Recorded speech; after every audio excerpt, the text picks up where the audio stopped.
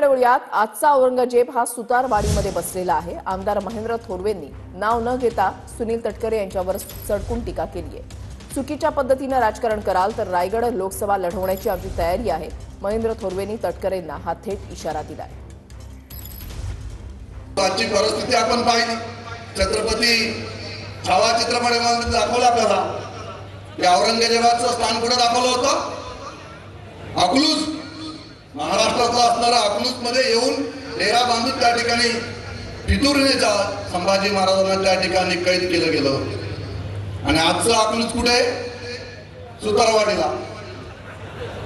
आजचा औरंगजेब कुठे? सुतारवाडीमध्ये बसलेला आहे। चुकीच्या पद्धतीने राजकारण आमच्याशी कराल यापुढे लक्षात ठेवा। कर्जत मतदारसंघ लढलोय, पुढच्या वेळेला भरत शेठ साहेबांनी आशीर्वाद दिला तर रायगड मध्ये येऊन त्या ठिकाणी रायगडची लोकसभा लढवण्याची तयारी आम्ही त्या ठिकाणी ठेवू।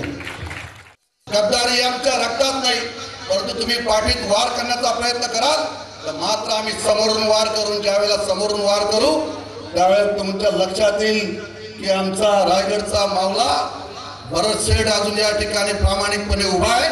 तोपर्यंत मावळे आम्ही सगळे त्यांच्या पाठीशी ठामपणे उभे आहोत। आणि कोणत्याही परिस्थितीमध्ये आज याच ग्राउंड मधून सांगतोय की भरत शेठ यांना रायगडचे पालकमंत्री केल्याशिवाय आम्ही स्वस्थ बसणार नाही।